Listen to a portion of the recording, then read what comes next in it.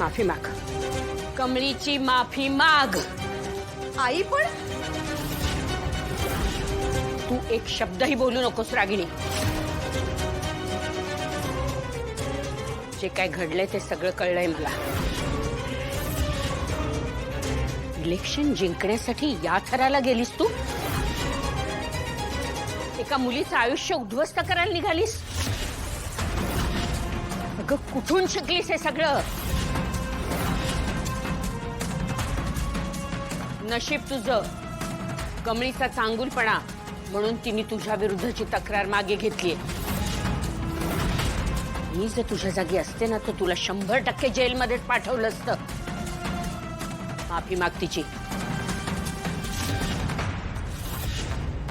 कमळी, मी तुझी माफी मागतो.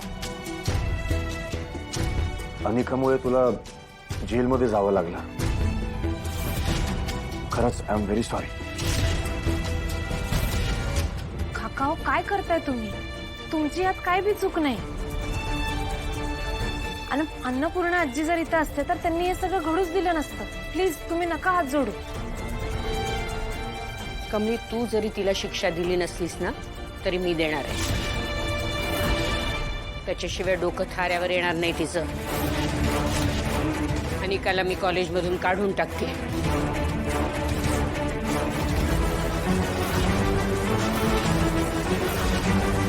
पण आजी हे कॉलेज तर माझं.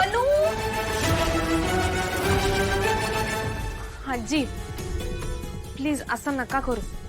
अहो, अनिकाला कॉलेजमधनं बाहेर काढून तुम्हाला असं वाटतंय का ती सुधारणार आहे? अहो, उलट ती अजून एकटी पडेल आणि अनिक काहीतरी करून घे. आणि मला ते नकोय. प्लीज असं नका करू. आता मी कुणाचंही ऐकणार नाहीये. तिला काहीतरी शिक्षा झालीच पाहिजे, नाहीतर आणखीन उच्छाद मांडेल ही.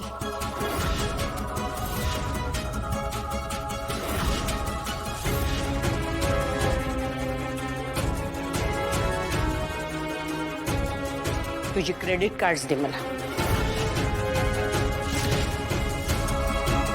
तुझ्याकडची क्रेडिट कार्ड्स दे.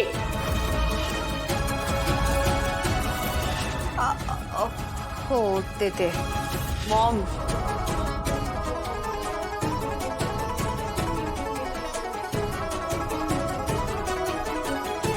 गाडीची किल्ली. आई गाडी. गाडीची किल्ली.